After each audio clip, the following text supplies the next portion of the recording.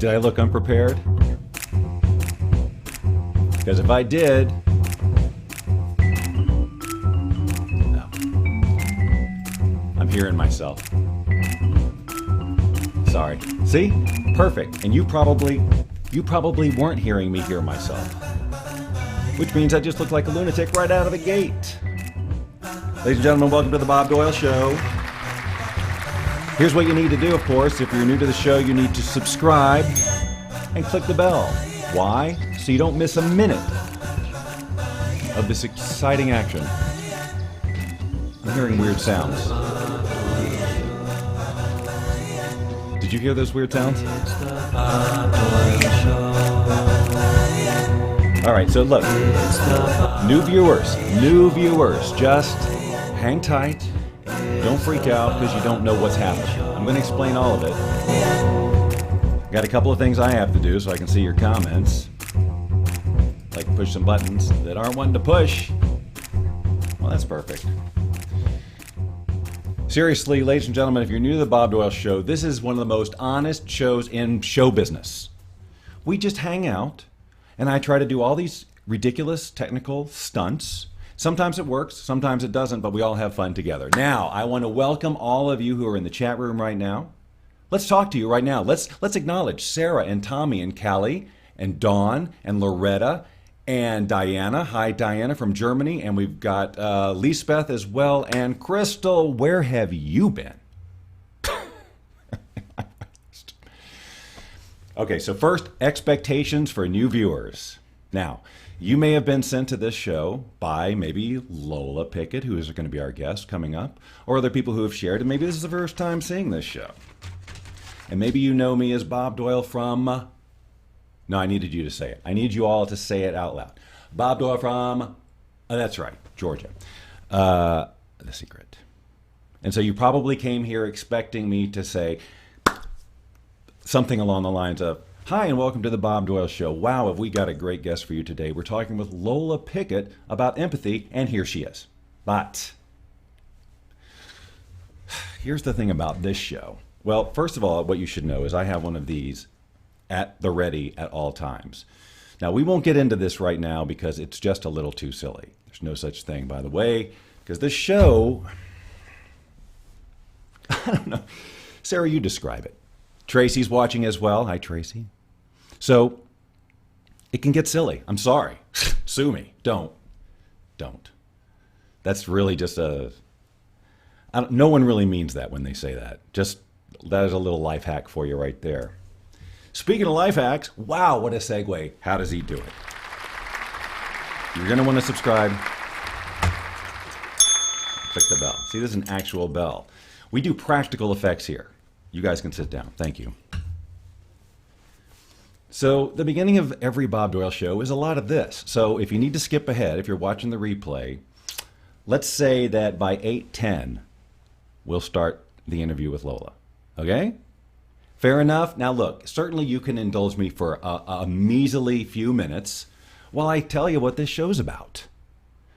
Now, some of you have been with me for such a long time, I'm not even as old as you've been with me. How is that possible? Quantum physics. See, there I did a little secret stuff for you, right? And the show has taken on many forms. Mostly silly. But then there's that whole other side of my life, you know, the Bob Doyle from Georgia and The Secret, where, you know, it's kind of personal developy. Right? And if those of you who've been sent here to listen to Lola, trust me, you're gonna. And in fact, the interview with Lola that's coming up is going to be the longest probably interview that you will ever see on this show. So it's a landmark thing. I got to talk. The idea is that these interviews will be about 20 minutes or so. Now, why do I do this? Well, it's theatrical and it's conjuring energy. Do you believe me? Well, it's true. You just because you can't see it doesn't mean it's not true. That's a basic tenet of this show. Anyway, we have some fun, but now I want to bring in this other element of you know, giving you even a little bit more information. I meet so many great people in my life who have really cool things to say and share. And so I want to bring those people into this forum so we can have some fun and share that. Because look, here's the thing about the Bob Doyle Show. It's all just about feeling better. Would you long-timers agree? And don't take offense at the term long-timers. It's not, there's nothing wrong with it. It's good. So we're just about, we want this to happen. We want this smiling. That's what I'm approximating there. We want you to smile at least for the time that you're with me. So again, it's about resetting expectations. We just hang out. Do you get the vibe already? Hopefully you're getting the vibe. Now some of you may be going, "Oh my God, get to Lola." I'm gonna. But look, here's my commitment to you that I may change as soon as next week, is that by 10 minutes after the hour, you'll be watching the guest. So if you hate this, well, first of all, I invite you to warm up to it. Am I right? It's kind of like I'm just giving you a hug. Close your eyes right now. This is not gender specific, by the way. We welcome all. So just close your eyes and imagine these big, long, lanky arms wrapping themselves around you saying, "Thank you for being here. We're going to have some fun together. Hang with me." Even though you might think I'm a freaking weirdo right now. I don't care if you think that forever, as long as you get value from the show.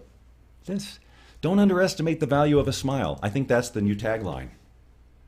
The Bob Doyle Show. Never underestimate the value of a smile.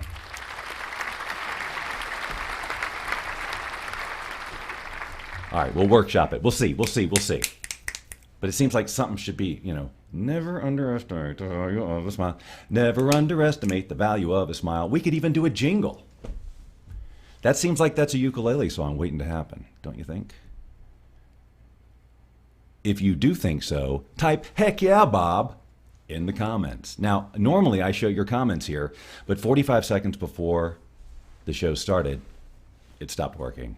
Now, what am I supposed to do in that situation? Cancel the show? Sorry, everyone. I know there's people out there doing this with their teeth. Come on. Do I really have to endure this? What is he talking about? We're talking about empathy. We've reached the topic. See, look at all the heck yeahs I'm getting. Bob is in the room. Well, I don't mean weird is a bad thing. In fact, somebody shared with me that the definition of weird is something actually positive or something. I'm going to go with that. So why did I choose empathy as a theme for the Bob Doyle Show? Is empathy funny? Is empathy hilarious? When you think about empathy, do you just go, "Oh, I am so glad I'm empathetic"? It works for me on every level. It was interesting when I started sharing that this is what we're talking about. Someone referred to it. Well, someone asked the question of themselves. They said something along the lines of, "I'm wrapped up in headphone cords," which was completely incongruent and strange. But then they said, "I am an empath." No, I think they said, "Unfortunately, I'm an empath." Gift or curse, or blessing or curse. People think it's a curse.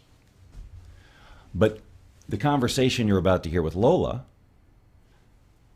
superpower, right? It's just about learning to harness this gift. And the supposition is, of course, that all of us are empathetic on some level.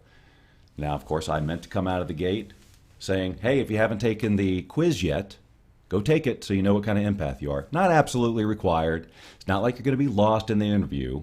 Like I'm going to say, "Hey, Lola," and you're going to be, "I don't know what kind of empath I am. What am I doing here?" No, not necessary.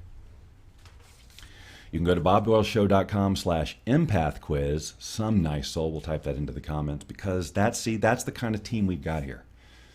Remember the hug I mentioned before? Right. So getting a handle on empathy can help you smile more, right? Like if you're one of these people who's overwhelmed with other people's energy, probably what happens if you've got this going is you start doing this.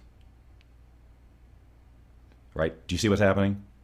You can do a close-up, but the corners of my mouth are going down. Is everyone following the biology here?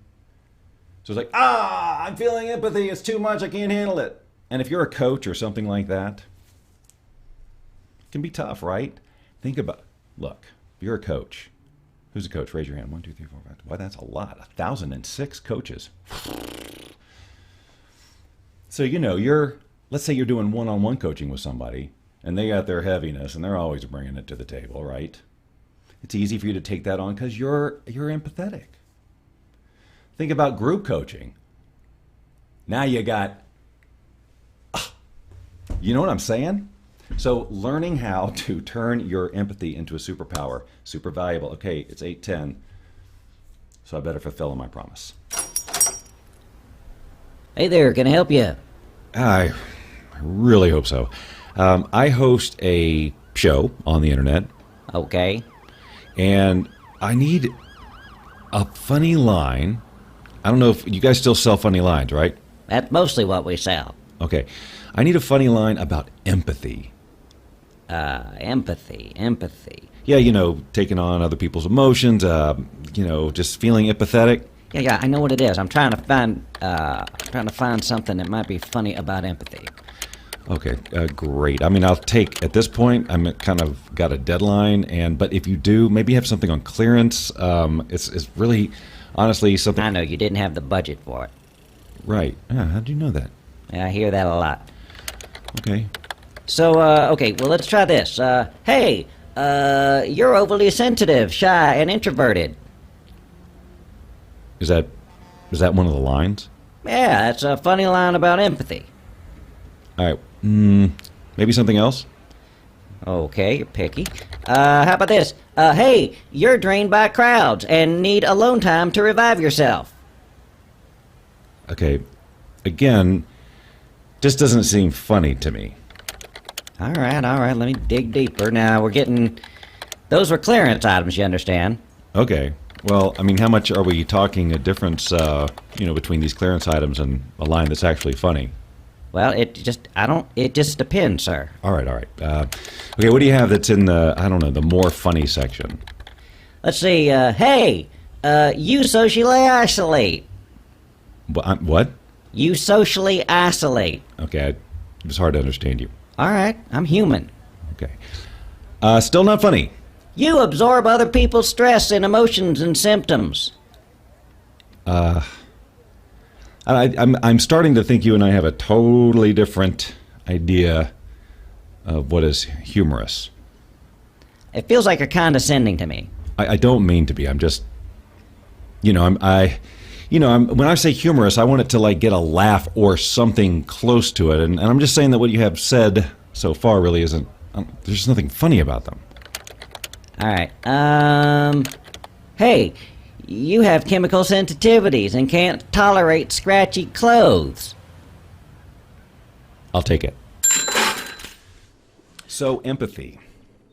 We've been talking about it the entire show. Hopefully you've gone and taken the what type of empath are you quiz. If not, what's your problem? Second of all, this is one of these topics that comes as a law of attraction coach and in this conversation for 20 years. I've been dealing with this even before I kind of knew what empathy was and what an empath was and all of that. This is something that comes up all the time. So my folks will very often talk to me about how they feel bombarded by other people's energy and have a hard time managing it. So we're going to be talking with Lola here in a minute because she's an expert in dealing with just that. She's got courses on it and all sorts of fun stuff that we're going to talk about. I urge you to go check out her site and dig into her story. It's really fascinating. But for those of you who deal with that, and I've never really thought of myself necessarily as an empath, but I do get drained in certain situations around people and things like that. And so I took the quiz this morning. We'll talk about my result in just a second. But first of all, let me just go ahead and bring her in here. Lola, thank you for being here. It's so nice to meet you. It's so great to be here. Yes, I'm so happy. Awesome. So you have such an interesting story, and I was telling you just a moment ago that I went to your YouTube channel this morning to kind of get a sense of, what else you do, how, just see if I could find anything else out about you. And what struck me was this black and white video that was named something like A Mom's Journey. I don't remember the exact words, but I'm going to recommend that everyone, and I'll put a link to it, in the description, with along with this, that people go watch this, because I got emotional, the whole thing, because of how you were talking and just how raw and real you were about what was going on there. Can you sort of recap a little bit so that, I could show a clip, but, I'll let them go watch it. But maybe you could kind of recap what was going on for you then, because when I first watched the video, you introduced yourself by another name, and I wasn't even sure it was you. I thought, wait, is this a story? Is this like a testimonial? So I had to go back and watch, and saw that the thing said, in 2011, I had a different name, I had a totally different life, and I watched it from a totally different space, because now I knew this is the woman I'm getting ready to talk to, who everything I'd seen up to that point was just this strong, vibrant, full of energy, super, like totally not the woman I saw in that black and white video, right? So as we lead up to this conversation about empathy, I kind of like to understand how you got from that place, which was, you were there, to where you are now. I'd really like to understand kind of the things, and I think that'll obviously set up the rest of our conversation pretty well. So if you just tell a little bit of that backstory, like how you even got to this empathy conversation in the first place, that'd be great.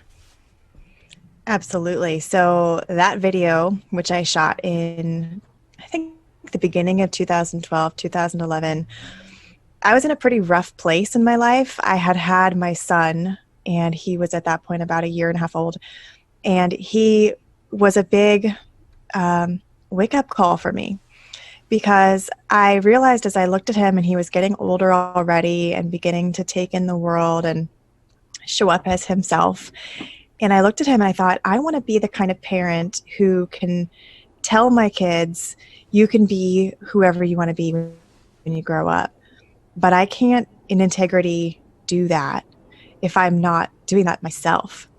And it was a very upsetting recognition, because all of a sudden I looked at the life that I had built for myself, which from the outside looking in at the time was a life that I should have wanted. It was a life that should have felt good. I had a white picket fence. I had a golden retriever in the yard. I had married my college sweetheart. And, I looked the picture of like California awesomeness. Mm-hmm. And on the inside, I felt like I was dead. I had no sex drive. I was basically a walking robot. Can we talk about that for a second? Yeah, I really because I think there's so much that is relatable there. And the thing that really got me about that video was what you said about how we talk to our kids. Now, you had said we very often tell our kids you can be anything, you can do anything, all of that, but then we don't live the example. And it's a very similar thing. Like people would ask me, how do I teach our kids about the law of attraction? Well, you don't sit them down in front of the secret and then do the same stuff you've always been doing. You must lead. You must demonstrate this. And so I could really, really feel that in your voice. So tell me a little bit about like, what were you up to at that point that, you were, I guess, trying to do, or who are you trying to be? Like, where was this big disconnect? Yeah, so I had started blogging because I was really exploring what does it mean to be happy as a modern human right now. I'm certainly not happy, and yet I should be, or I feel like I should be. And so is there something wrong with me, or is there something wrong with our culture? Or is there nothing wrong and this is an invitation to grow? And so I had started blogging about this and making videos, which is why that video exists. And I'm so grateful that I documented this part of my journey, because it has become this huge framework for what I do now.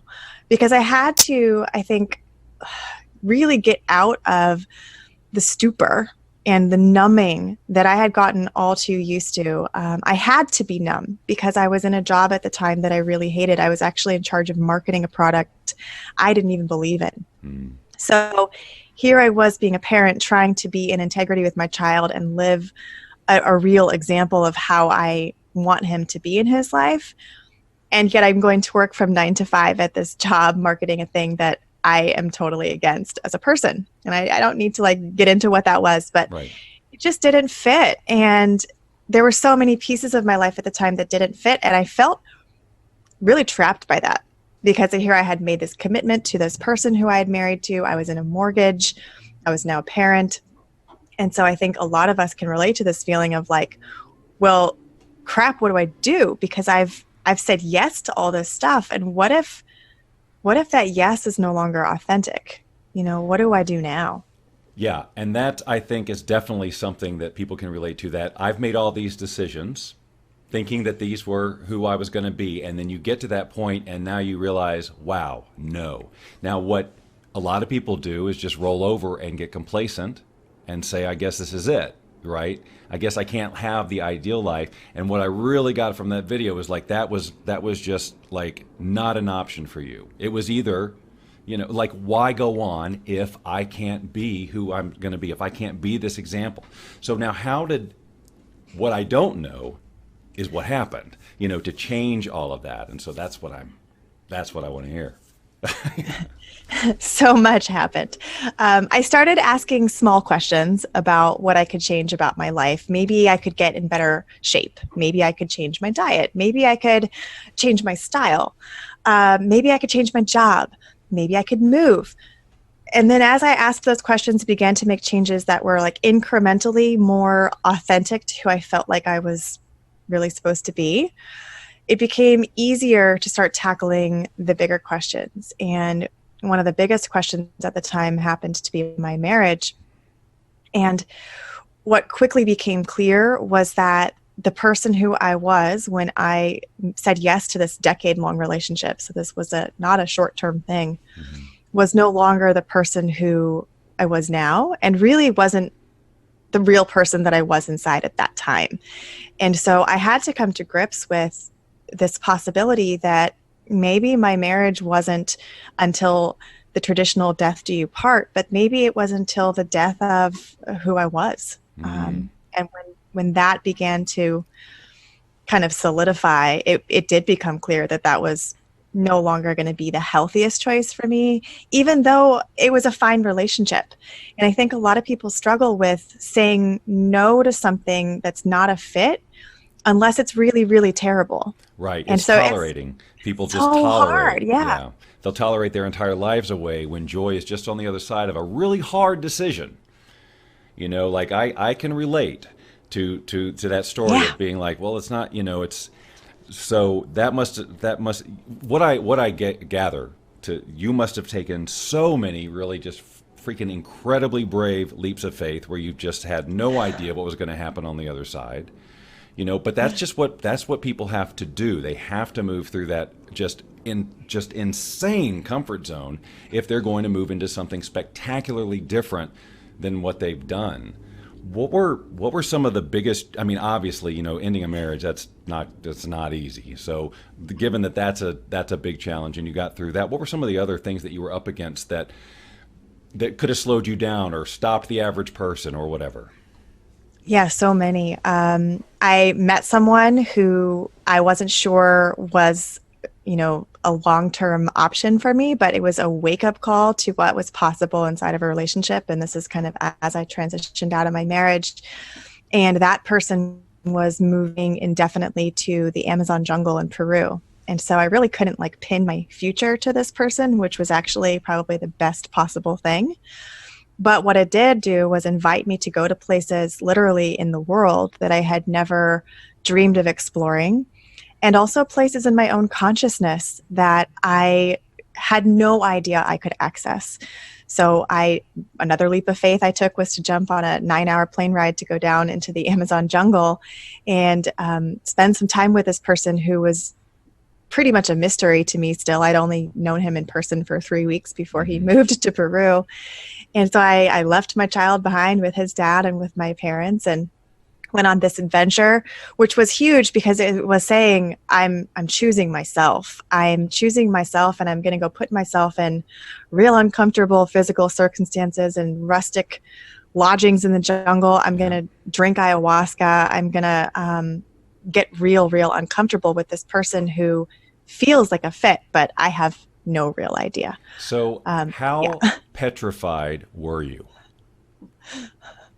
Petrified. It was every single edge of fear that I've ever known in that whole process, starting from the plane ride on through, because I have PTSD from a very, very close call in an airplane. And so even getting on an airplane Wow. took me years to be able to do after that incident.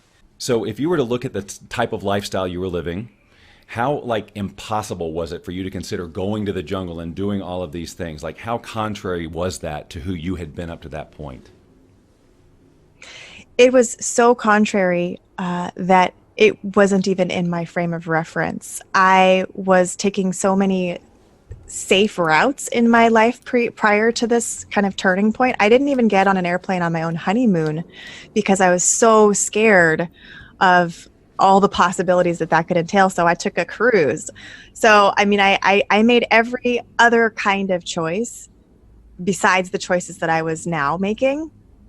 And so the type of person I was becoming was a vast departure from who I was. And I was almost unrecognizable to myself. And I was definitely unrecognizable to my first husband, his whole family, my whole family. And that's part of the reason why I now have a different name. I mean, every single aspect of who I was up until that turning point at age 31 is now completely and utterly different. And I can tell that story too. Well, you've got a lot of stories, I'm quite sure. So I want to understand, just for the sake of kind of taking it to empathy, like where did that play in to your journey? Like understanding empathy, and why then did you just suddenly focus on it so much? Yeah, because what I realized was that my patterns of decision making up until that turning point were based on making everybody else happy, on being the good girl, on doing what was right. And really that meant just avoiding discomfort, because I did not know at the time that I was an empath. And yet I could feel everyone else's expectations of me, feel their hopes for me, feel their discomfort around me when I started to push edges or walk the line. And I didn't do it. I didn't do it for 30 years because it made me so uncomfortable feeling everybody else's stuff that I just started playing it safe. And yet you didn't And understand that it was other people's stuff at that point, right? It felt like, no, it seems like when I think about empathy, and I've had many conversations with people about this, and this is so it's so great to talk to somebody who really knows what they're talking about, because I can just theorize. But I've always thought that, for me, well, so I thought if I'm in a situation and somebody's got some negative energy going, they're complaining about something or whatever, you can just tell there's something going on. And then I start to feel that or feel that discomfort, I would think, well, maybe, because I'm an energy person, right? I'm sure, right? Everything's energy. And I'm thinking, well, maybe there's something in there that is aligning with something in me and it's bringing it out, right? It's like there's this resonance happening. So it's really whatever their stuff is, it's speaking to me and it's drawing it out. And it makes, but it also, I take a different level of ownership of it. Like I'm taking on their stuff and I'm saying, this is my stuff. And then I see people who it's almost like they say, they blame everything on empathy. It's like, well, I just take on other people's energy, and it's like now they're out of the responsibility of it. So it's like, so after a while, I'm like, I don't know what to make of people who are calling themselves empaths, because I see that sometimes they use it as just a reason to not take charge of it, or they just don't know that they can. And that's why I really wanted to have this conversation, because clearly they can. You've got work around that. Just any thoughts on that? Yeah, I find that most empaths are using their empathic superpowers as an excuse not to show up for themselves in their lives. And that might be some tough medicine to swallow. But by avoiding your own experience and your own emotions, and by constantly disempowering yourself to dissolve into other people's emotions and experiences, then you don't have to show up for yourself. You don't have to make difficult decisions. You don't have to take responsibility for your life. And so you can keep pointing the finger at everything else that's going wrong and saying, well, I can never be successful because look at all the other people in power and they're all jerks and I don't want to be like that. And it just goes on and on and on. And so seeing how disempowered I was in my life and the kinds of decisions I made from that place, even though they all belong and they're all an important part of my story, I no longer wanted to be living like that. And so I think as empaths, there's an opportunity to get really sick of these same patterns and how they play out, and getting tired of blaming other people, And it's not about like saying, oh, well, now this is all my fault and then victimizing yourself. It's to say, well, what can I do with these superpowers I have? There must be something more interesting to do with them than just constantly disappearing into other people's experiences. And I say, yes, there's a lot of interesting things we can do with this stuff. I really like the fact that you call it a superpower because, I mean, when you think about it, being empathetic, on the surface, it's a good thing. I mean, you know, you're caring for somebody, whatever. There's nothing inherently bad about empathy. It's just how do we manage that and certainly, you know, lose ourselves in it and make it an excuse for not living the lives we love. So now you actually, it sounds like to me, and I think because we're all human beings, we all have the capacity for empathy. So it sounds like you're of the belief that everybody is an empath to some degree, whether or not they're tuned into it, whether or not they let it take over. You know, that's another thing. But if you're struggling with it, and then you say there's 8 different types, and now the quiz that we shared, and then I took it this morning, and I'm a communication empath, which was like, really? Well, see, but that would make sense, right? I mean, like to me, like I didn't even know that was one of the types, and because I had some people wrote back and said I'm an energetic empath, I'm emotional, whatever it was, and then when it said communication, I'm like, well, that sounds about right because I mean, obviously, my whole career is about communicating and using the words, and so everything that was in the description of what a communication empath was like, yeah, that's pretty much me, you know. So it was really interesting, and also the quiz itself was like, you know, there's a bunch of images, and it's and I'm a person who, and I'll bet you hear about this, just gets in my head, wants to pick the right one. Right? No, which one am I really resonating with? And that probably tells something about what type of empath I am too. But you know, when I went through it and I just let go and just said, no, I want to stop overthinking it. I like the owl. I like the purple thing. You know, it's like, it's just, but then it came back and I was like, well, that's, you know, that seems really right. Now with that information, now it's about like, now what do we do with all of that? So, you know, one of the things that comes up, well, let's just back it up. We've already established that basically everybody's an empath, right? But I think if we can let people see, like, how would they know that they're an empath, that this is something that's going on, aside from taking the quiz, which they should do if they haven't already. But what are some other signs for someone who this may be the first time they even heard the conversation? I have no idea. But like, how do you start to go, well, maybe I'm dealing with an empathy issue here? Yeah, well, one of the first sure signs is that when you go into a room, maybe it's a room with 5 other people in it, maybe it's a room with only 1 other person, maybe it's a whole conference networking event and there's tons of people. But regardless of how many people are in the space, you could be in a great mood. And let's say you're in a great mood and you walk into this room and within a few minutes, you notice that everything about how you're feeling has changed. Either you start to notice a sudden onset of anxiety or overwhelm, or all of a sudden there's fearful thoughts that are going through your head that you weren't thinking about 5 minutes ago. Or maybe you feel very sad, like you've got grief that suddenly is coming up in your consciousness. Essentially what happens when you're an empath, especially an out of control empath, one that doesn't know this is what's happening, is that you are very sincerely affected by whatever environment you go into. And it's like you can allow that environment to overtake you and not even know that that's not what's authentic to you, right? It's not that maybe you are sad and you just happen to be in a good mood today, and then you walk into that room and it suddenly came over you, so you could think, oh, I'm just thinking about that sad thing that happened to me. Yeah. But that might not actually be what's going on.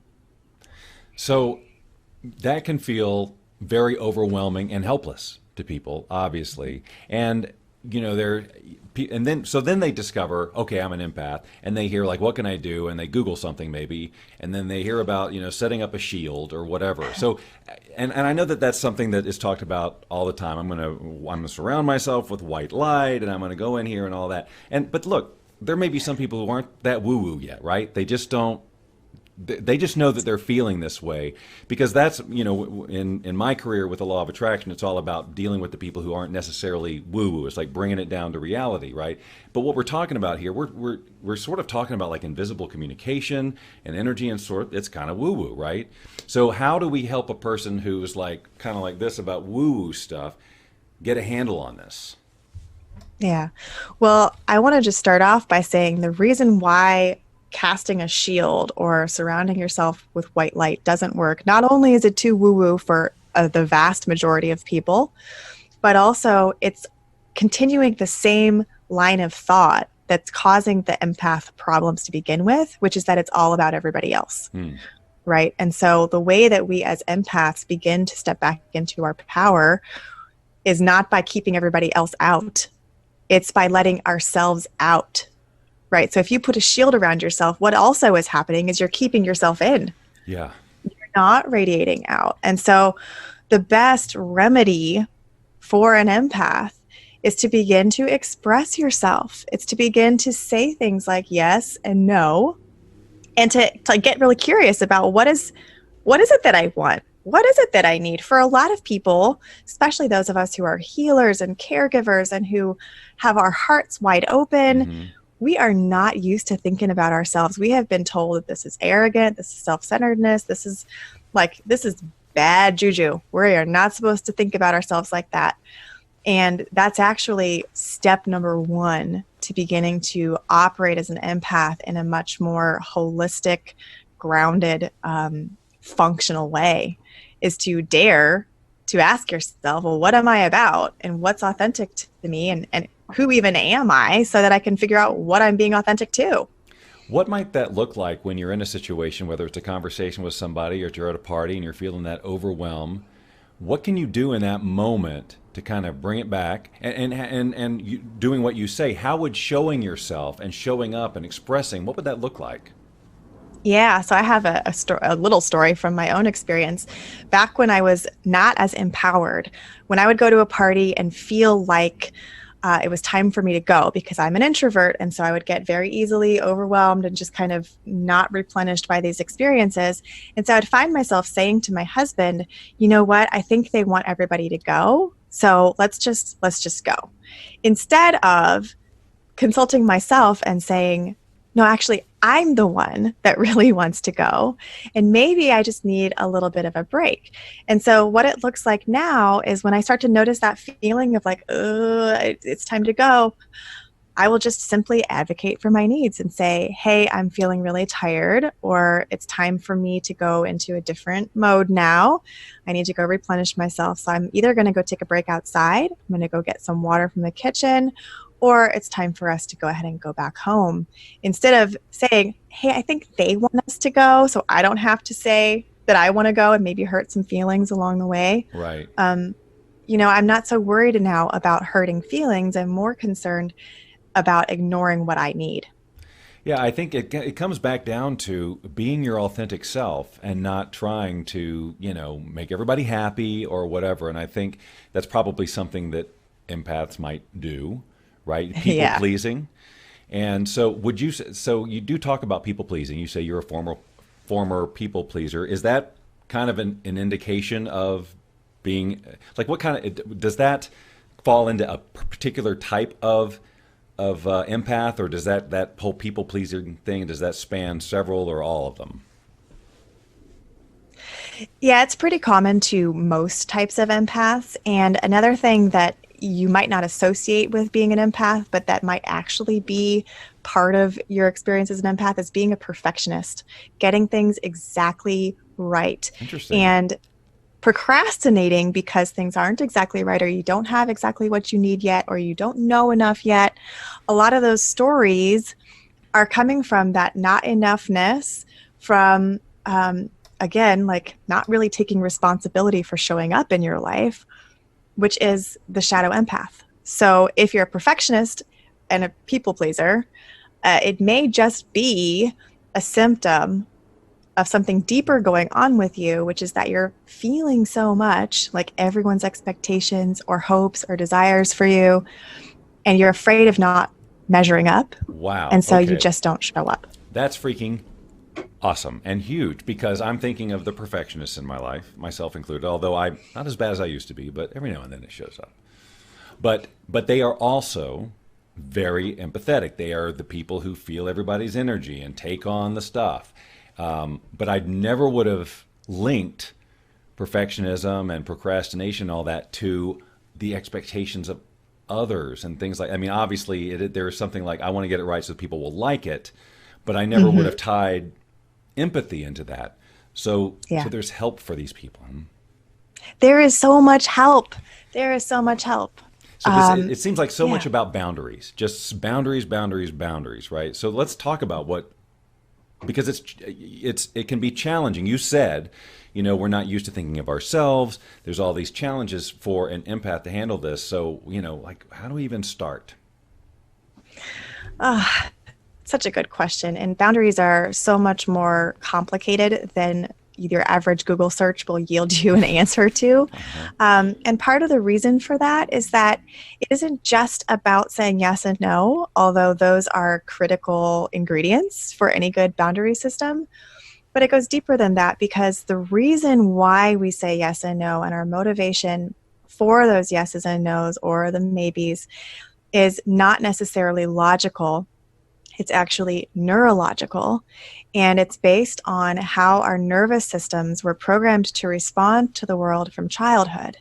And so in order to actually create functional boundaries for ourselves, it goes beyond our behavior, and it starts to go into our physiology and our nervous system and our programmed nervous system responses. And so we have to know what those are and how to begin to engage with that differently. And then, I mean, the whole world opens up to us. It's pretty incredible. Well, I'm super excited to hear you talk about that, because I love the biology of all of this. Even the law of attraction conversation has a very, I mean, because we're experiencing our experience of reality is through our nervous system and the chemicals that are released and the whole thing. And so bringing this into this, basically you're talking about some wiring, right? How an empath is wired. And we know that wiring can be changed and modified and all that if we know that and we set a new intention. So again, it's kind of like if you've got a person who comes to you and they're like, overwhelmed at parties, I'm feeling everybody's energy, blah, blah, blah, blah, blah. I'm wired this way. I've always been this way, whatever it is. Like, what's kind of a first step, I guess, just to kind of make them feel normal or okay? Because I think a lot of people feel like it's a curse rather than a superpower. Absolutely. And it feels like a curse genuinely because it has all of these negative side effects on our lives. And I actually talk about that. I have a masterclass that's going right now that's a great entry point to this conversation for folks. And in it, I talk about something that I have discovered in the course of my work with myself and with my clients over the last decade or so. And I call it empath stress disorder.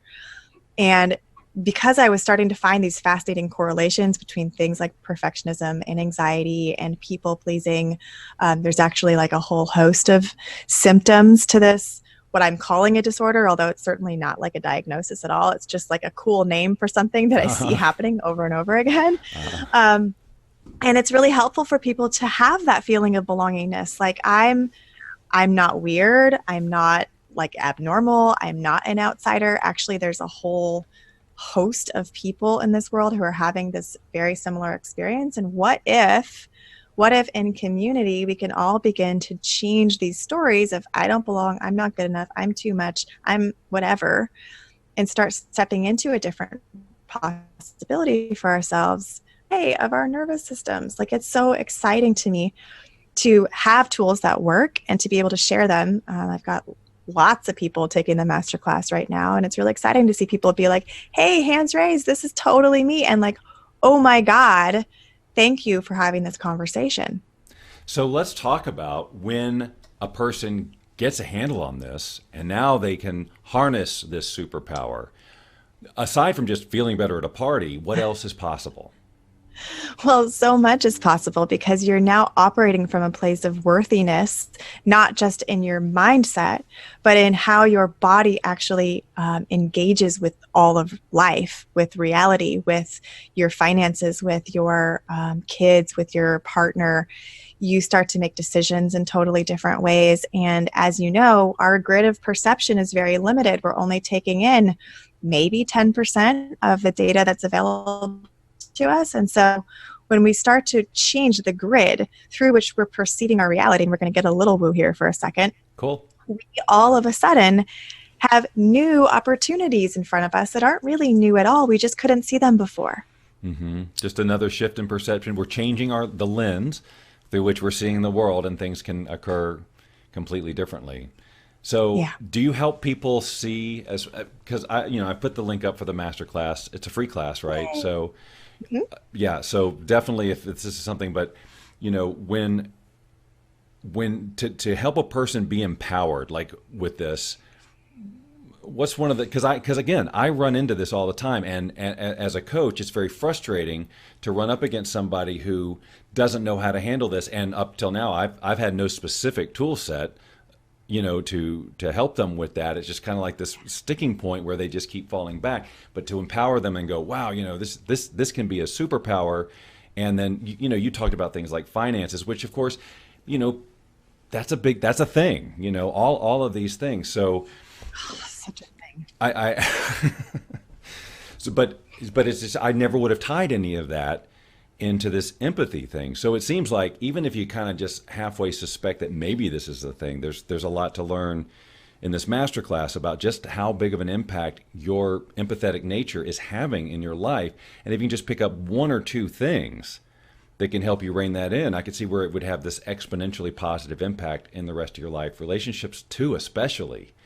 Because Oh, I would yeah. imagine if you're in a relationship and you're not you don't have a handle on your empathy, then arguments, things like that, any kind of disconnect, it can be very confusing. Like, whose thoughts am I even having right now, right? And so to Hmm. be able to harness that, yeah, I mean, I can see where it would be great. And then of course, the good part of empathy, where you can actually help somebody by understanding their feelings a little bit better rather than being taken over by them, would be really powerful as well. Absolutely. I mean, you could imagine you're sitting in front of your boss trying to negotiate for a raise, and instead of taking on your boss's anxiety about the Q4 projections, you can hold space for that while you step into your power and advocate for yourself. And you end up walking away from that meeting with, more than your 10% raise, or at least, something positive coming from this instead of walking away with nothing changed or worse. So It's there's really, very practical ways that this actually works. yeah, there's so much. We as humans have so many superpowers. Law of attraction and being one of them, empathy, all of this. But since we're never taught that, and we go and we get all wired with everybody else's limitations, and most people don't understand any of this, we start thinking there's something wrong with us, we're abnormal, we're weird, we're all of those things. And then it just begins this spiral of I'm broken and all of that. You use a term called muchness. What does that mean? Well, if you're like me, you have a big personality and big dreams and a lot of energy. I have so much energy that I'll short circuit internet connections sometimes. Well, So don't hopefully do it this one's right coming now. through okay. I know, I'm doing my best. But when I was little, I was told things like, you're too sensitive. Yeah. My friends at school told me that I was too much like Punky Brewster with my style. Um, I was too bitchy for not saying yes to every boy that asked me out in fifth grade. There was always like this too much judgment that Mm. was made of me. And so I think that people, when they experience that, they can go one of two ways. And sometimes we go both in succession. The first way is often to shut it all down and say, okay, well, if I'm too much, then obviously there's something wrong with me. So I'm just going to toe the line and, look at everybody else who seems to be normal and getting away with it and just figure out what they're doing and kind of imitate that. And that comes at a huge expense of our Yeah, own soul crushing. authenticity and Yeah, self-expression. It's absolutely. absolutely soul crushing. Or we go the other direction where we say, F you, I'm going to be like all the muchness. And I'm going to kind of go through this flaming phase where I even go above and beyond my muchness to kind of compensate for the rejections that I've had. And I Hmm. think that what tends to happen is that we have the suppression and then we have a massive flame out. And then what's actually authentic to us is probably somewhere in our own like bell curve middle ground. And that's unique for all of us. But I certainly have had that experience myself where I've totally repressed myself. I've totally gone 180 degrees in the other direction. And now I'm obviously self-expressed. I have glitter and face paint on and have my own sense of style, which I actually use as a tool. But I'm not aggressively putting myself in people's faces. I don't need to like prove myself. I'm just being. And I think that it takes a while to get to that place where you find that place. Well, and that's a fine line, because there are people who learn these types of ideas and then they just become freaking obnoxious. Yep. It's like, oh, I got this and you're that. You're right. So I mean, and that's a fine line too. And there's not much happiness in that either, because they're going to feel, being empaths, that people are thinking that about them. And again, it's just like managing all of that. So this masterclass, go ahead, if you don't mind, just kind of walk us through sort of, as we go through this, what are we going to walk away with?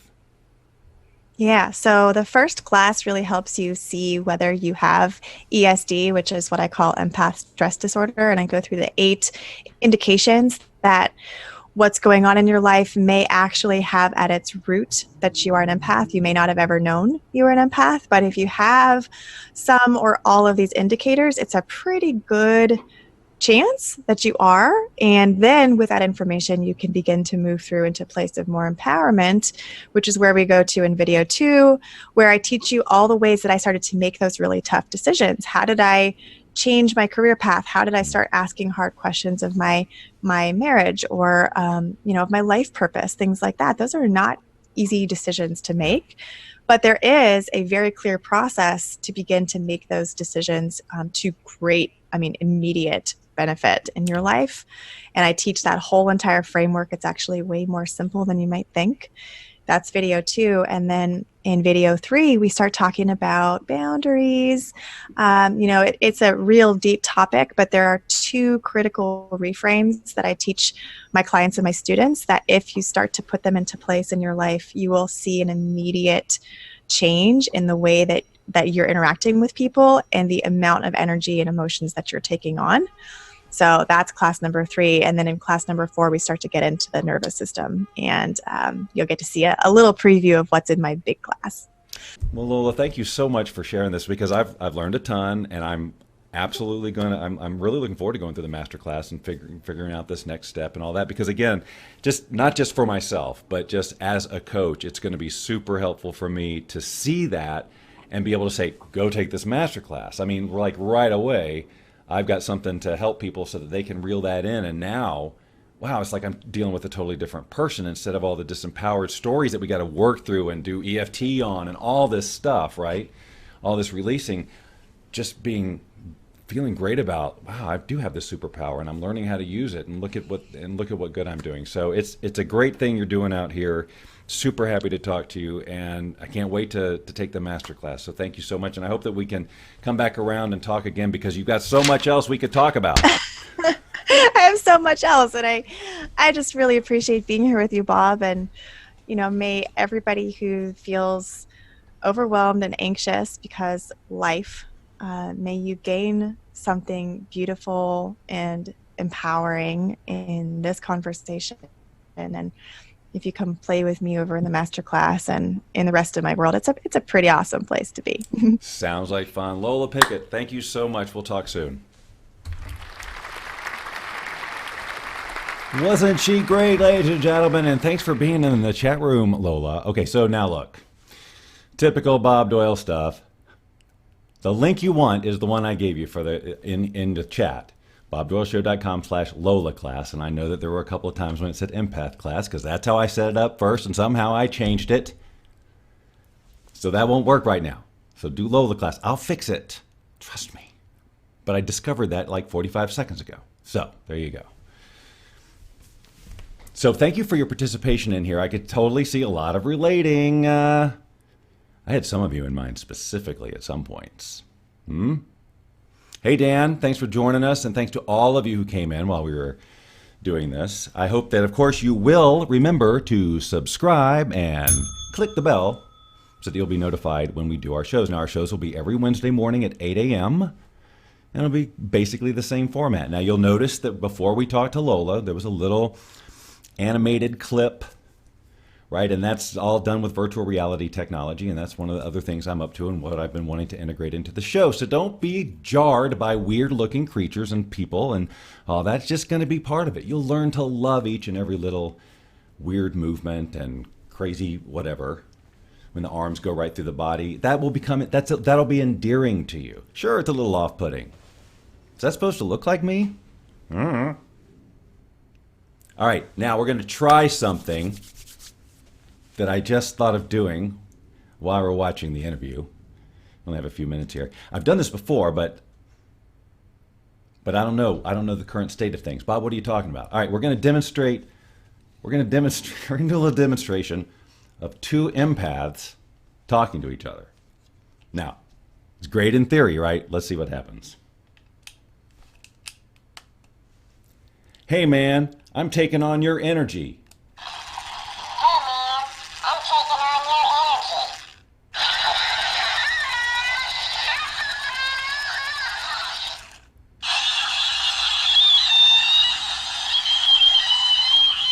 See, it just becomes noise.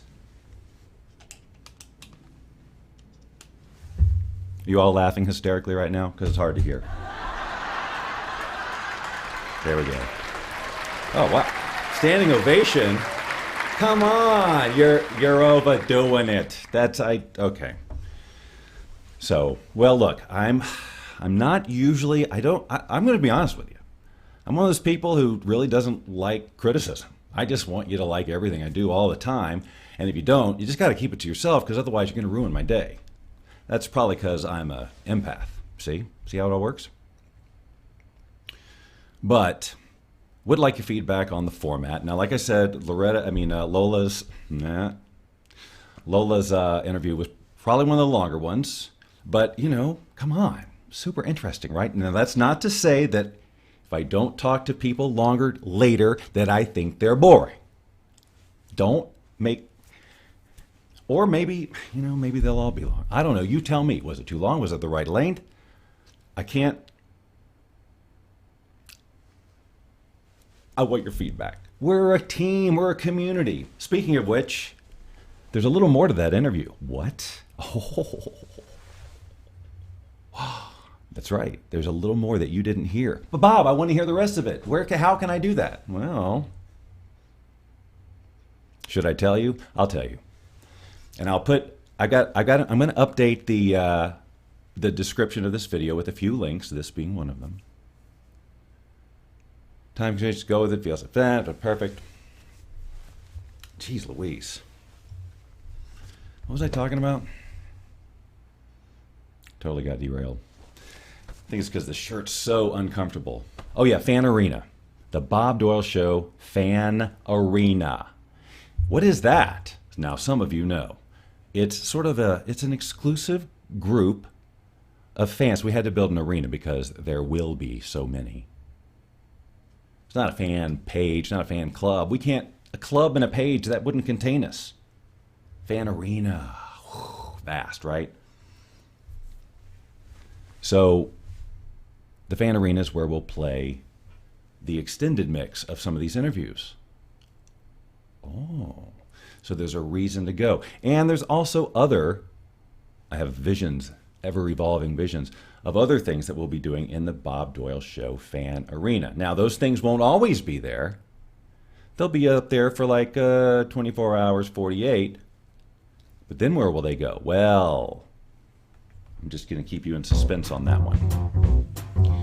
Ladies and gentlemen, thank you so much for joining me on the sort of inaugural edition of the new Bob Doyle Show, but it's really the same. We got the same ladies. See, I couldn't let them go. That would have been like, it wouldn't have even been the Bob Doyle Show if I didn't have them, right? So, stays the same, we just add a little. We make new friends. And that's good, right? What did I say, the byline? Something about smiling? I don't know, just keep that in mind. What are you still doing?